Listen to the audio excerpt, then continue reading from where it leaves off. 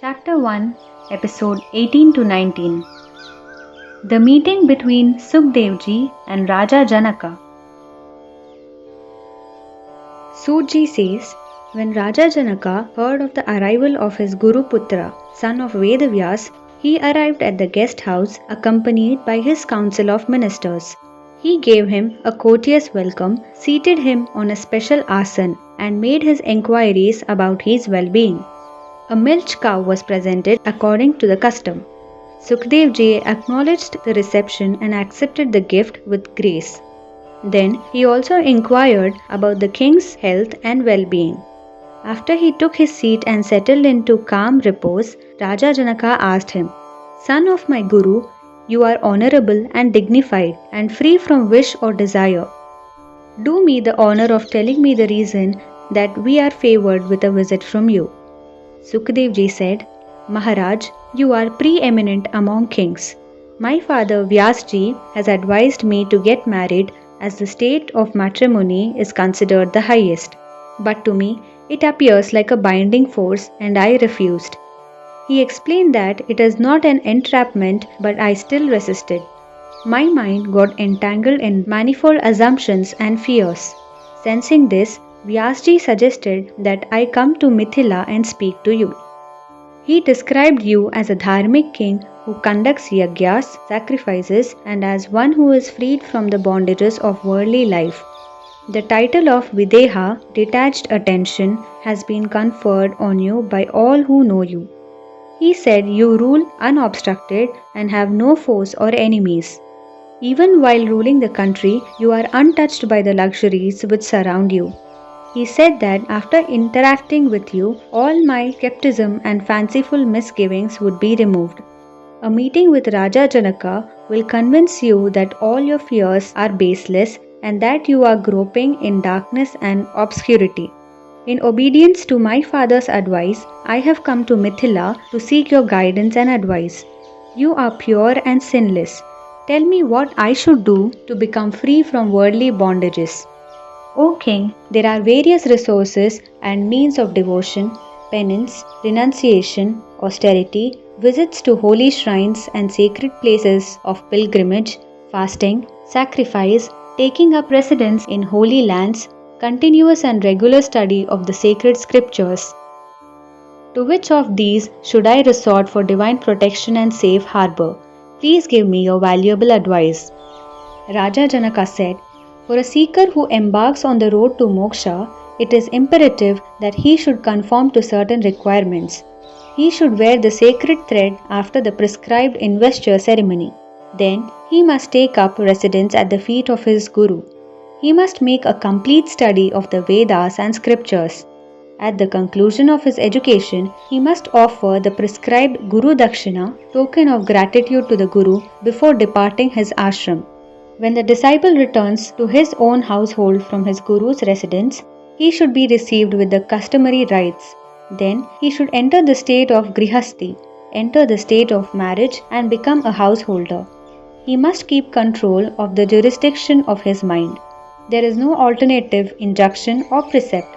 He must always strive to keep others happy. He must have no expectation from others, not allow sinful thoughts to linger. He should perform Agnihotra, ceremony consisting of offering oblations to the sacred fire. Always speak the truth and remain ever pure and chaste. After begetting children and grandchildren, he must enter the third stage of Vanaprastha, renunciation. He must conquer the Shadripus, the 6 enemies not conducive to meditation, namely anger, desire for sensual pleasures, attachment, mamatva, temptations, conceit and jealousy. Finally, he must entrust his wife into the care of his son, pledge all his faculties and enter the state of total surrender and asceticism, the fourth state in the life of a Dvija or twice born. he must never stray from the path of dharma. Maintain a peaceful and tranquil state of mind, uncorrupt and free from worldly desires. Only such a person can be termed an ascetic. If he is not detached, he should never enter the last state. This truth has been proclaimed in the Vedas and no one can violate it. Sukdev ji, the Vedas prescribe 48 purification rites. Out of these, our learned ancestors have apportioned 40 for the Grihast, householder. In addition, the balance 8 are for those who are spiritually inclined and desirous of liberation from worldly existence. It gives tranquility, bliss, control over senses, self-restraint. It is the advice and direction of sages that step by step one must go from one ashram to another, one stage to the other. Sukdev ji asked, if one gains mastery over sense perceptions and worldly desires and acquires the secret knowledge for liberation, is it compulsory for him to still go through the different stages like householder, or can he retire to the forest as an ascetic? Raja Janaka said, O praiseworthy one, it is extremely difficult to conquer the power of the senses. With the slightest lapse in attention, it enters the consciousness and creates thoughts and desires. After renouncing the world, if one still feels urges for tasty food, soft comfortable bed, sense pleasures, longing for progeny, how can he silence these desires? Desires cannot be destroyed. They are very enduring. Therefore, the impulses have to be overcome by degrees, step by step. You have to experience and then overcome. Like a man who sleeps at a height will experience the fall at some time or the other. But the man who sleeps on the floor has no possibility of falling. After entering the ascetic stage, if anything corrupts, pollutes or defiles it, then there is no other recourse for the ascetic in this lifetime. It is known as Bhrashta Sthiti. An ant starts its journey from the roots of the tree and gradually, step by step, reaches the branches and ultimately the fruits. Whereas a bird, in an effort to avoid meeting obstacles, flies with great speed. The result is that the bird becomes weary and tired while the ant enjoys in comfort.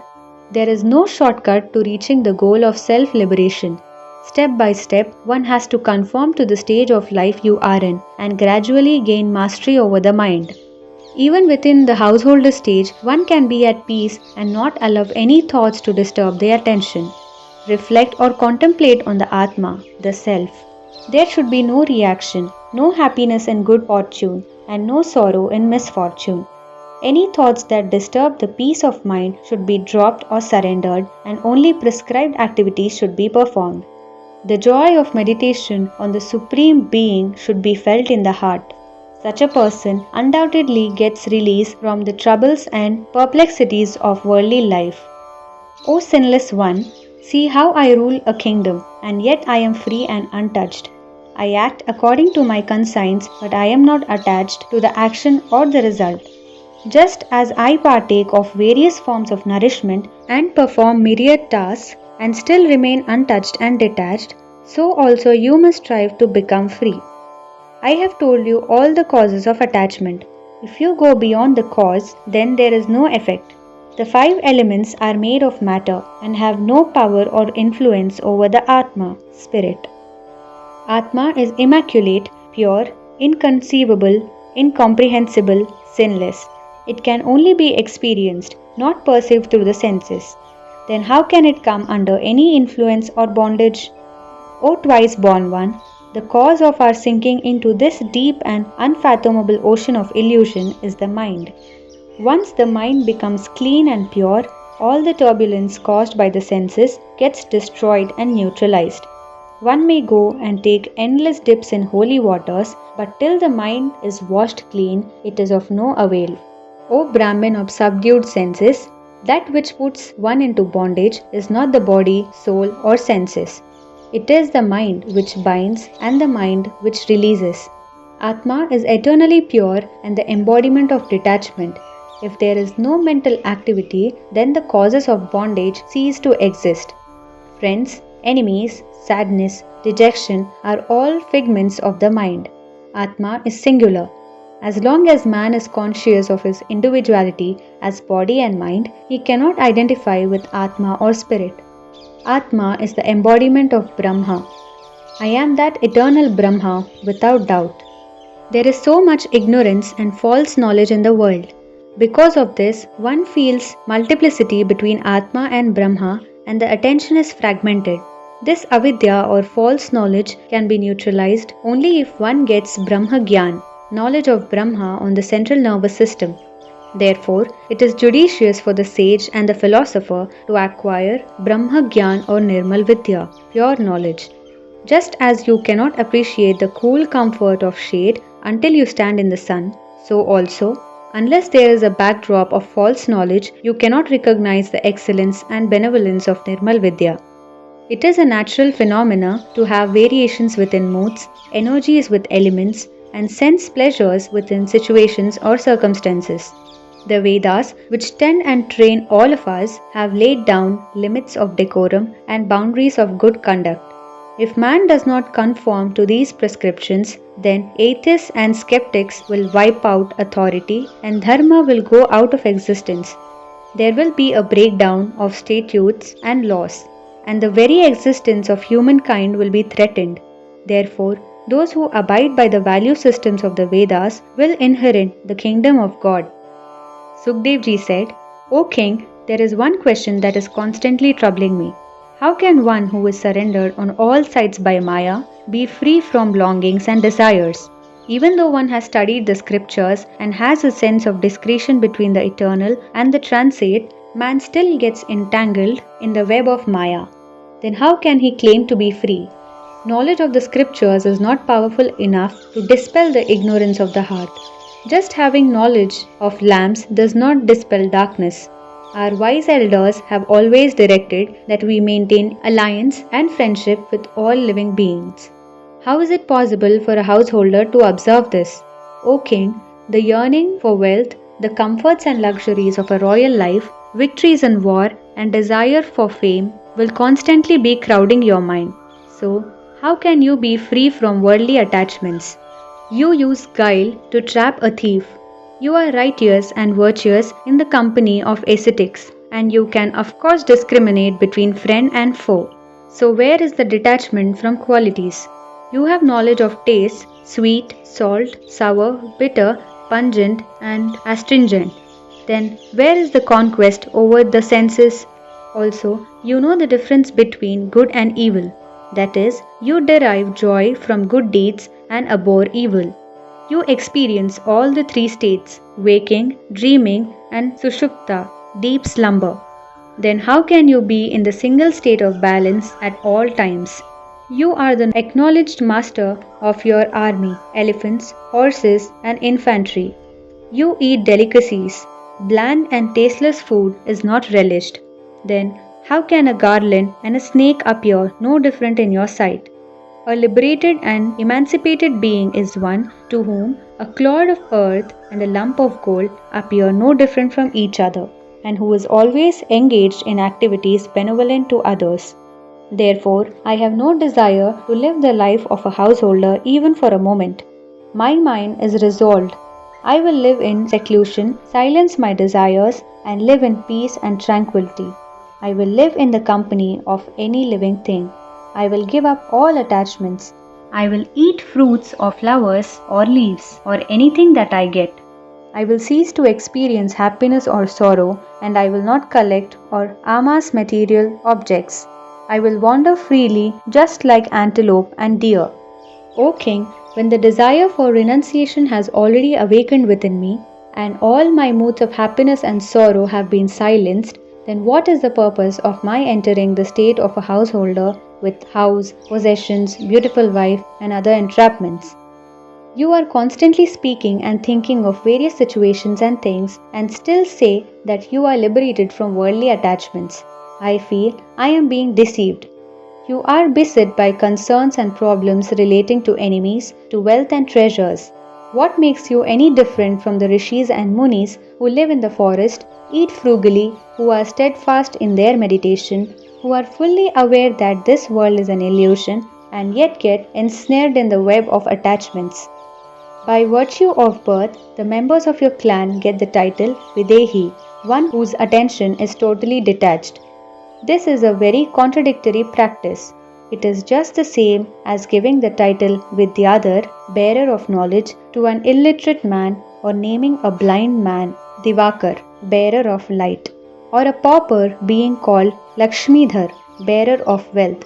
It has no meaning. It is nonsensical. Raja Janaka spoke thus: O twice born, what you have spoken is the truth. There is no lie in it, but still, hear this. My Guru Vyasji is worthy of the utmost honor and respect. Agreed that you do not wish to live with him and you want to go into the forest. But in the forest, you will have to live and keep alliance with deer and antelope. This is a fact. When there is no place devoid of the five elements, where on this earth can you remain without attachments? Hunger pangs will make themselves felt at some time or other. How then will you remain unconcerned? When and how will you satisfy the longing to eat? You will keep an eye on your staff and deer skin, in the same way that I keep a watch on my kingdom. I never get over anxious or excessively worried about its affairs. I have surrendered all anxieties and concerns, mistakes and doubts. I am in absolute joy, eating or sleeping. The world cannot bind me. If you are always in fear that I am caught in this worldly web, this thought itself will cause you sink into self-doubt and distress. Therefore, be always alert, watchful, and cautious. It is our responsibility to surrender these fears and live in confidence and joy. I am this body are the chains which bind. I am not this body is the release. It is this I consciousness and the sense of ownership that ensnares and entraps one into worldly attachments. Attachment does not come out of the body or the home. It comes from self-conceit and possessiveness. Sutji says, Raja Janaka's words made a deep and favorable impression on Sukadevji. They allayed all his doubts and misapprehensions. He immediately took leave of Raja Janaka and set off for Vyas ashram. Seeing his son returning home, Vyasji was overjoyed. He received him with fatherly love, made him sit on his lap, breathed over his head, and inquired after him. From that day onwards, Sukadevji lived in the beautiful ashram. He was already well versed in the Vedas and scriptures. After witnessing the tranquil and balanced state in which Raja Janaka maintained himself in spite of ruling a kingdom, Sukadev found peace in his heart and he decided to continue living in the ashram. He got married to a beautiful girl from his clan. Her name was Pivari. They had 4 sons and a beautiful daughter called Kirti. She was given in marriage to King Vibraj. Her son Brahmadatt was a very wise and illustrious king. He was very fortunate that Sri Narada himself imparted Brahma Gyan, knowledge of Brahma, to him. After reaching the zenith of knowledge, Brahmadatt handed over his kingdom to his son and retired to Badarikashram, a place of pilgrimage in the Himalayas. Sukadev also took sannyas, life of an ascetic, and went and settled on the beautiful peak of Mount Kailash. He spent his days in resolute and undisturbed contemplation of the self and meditation on the divine. One day, shining like the sun, he ascended into the heavens. As his asana, seat, left the mountain, it split asunder and many other happenings took place. All this was witnessed by the meditating rishis and munis, and they all began to sing hymns in his praise. The entire sky was bright with this second sun shining in it. Vedavyas was very sad at this parting and kept lamenting, My son, my son. Seeing the pitiable condition of his father, Sukadevji made a reply. Hearing the sound of his voice, the rishis and munis knew that he had already been released from his mortal body and had merged with the universal soul. Up to date, his voice can be heard in clear, lucid tones. Vyasji was inconsolable and kept grieving for his son. Dark clouds of mourning loomed overhead. Sri Shiva, the ever-compassionate god, came down from Kailash and appeared before Vyasji. Sri Shiva consoled him. Vyas, do not grieve. Your son Sukdev is a vast receptacle of knowledge of the Vedas and the Yoga Shastras. He has been granted the highest state, which even the most steadfast souls do not achieve easily. You yourself are wise and learned. Therefore, you should not have any worries regarding your son. By having a son like Sukadev, you have earned renown and fame. Vyasji said, O God of gods, what shall I do? I have become destitute and helpless. My eyes long for a glimpse of him, and I am floundering. The Lord said, That which completely absorbed your son and enamored him can be found as a reflection in very close proximity to yourself. Discover it, and you will find peace and tranquility. Sutji says, Very soon after that, Vyasji experienced the splendor and joy of that reflection within himself. After giving him this boon, Sri Shiva removed himself from his sight. Vedvyas returned to his ashram in perfect peace. Vedvyasji's sojourn on the banks of river Saraswati. The rishis asked Sutji, after receiving the boon from Sri Shiva, what did that most eminent among sages, Vedvyas, do? Please tell us in detail. Sutji says, many famous sages like Asit, Deval and Vaishampayan came and studied under Vedavyas. On completion of their spiritual education, they took his permission and went to different parts of the world for propagation of religious principles. After his son Sukadev left for his heavenly abode, Vyasji decided to leave that place. Just at that time, he suddenly remembered his mother, Satyavati, who was a maiden of a non-Aryan tribe. He had parted from her on the banks of the river Ganga, and he recalled how sad and inconsolable she had been. So, he left the mountains and went down to the place of his birth. There, he inquired from her clansmen about his mother. They told that the pious and holy maiden Satyavati had been given in marriage to the famous and illustrious king Shantanu. The head boatman extended a respectful hospitality to Vedavyasji. He left his birthplace and went and built an ashram on the banks of the Saraswati river. He spent his days in tapasya, renunciation and meditation. King Shantanu was an illustrious and dignified ruler. He and Satyavati begot 2 sons. Vyasji was happy to know that he had 2 brothers. The elder was Chitrangad. He was suppressor of enemies and was possessed of all great qualities. The second son, Vichitravirya, was illustrious and wise. Shantanu had an older son, Bhishma, of unequaled strength and valor. Satyavati's 2 sons, Chitrangad and Vichitravirya, were also mighty and brave. Seeing his 3 powerful and brave sons, Shantanu felt he was more invincible than the gods. Then Shantanu left for his heavenly abode. Just as one divests himself of old garments for new, so also King Shantanu discarded his old and worn-out mortal body. The prescribed ceremonies were performed. The eldest son, Prince Bhishma, declined the throne and coronated his brother Chitrangad as king. The new king was very brave and valiant and vanquished all his enemies in a short time.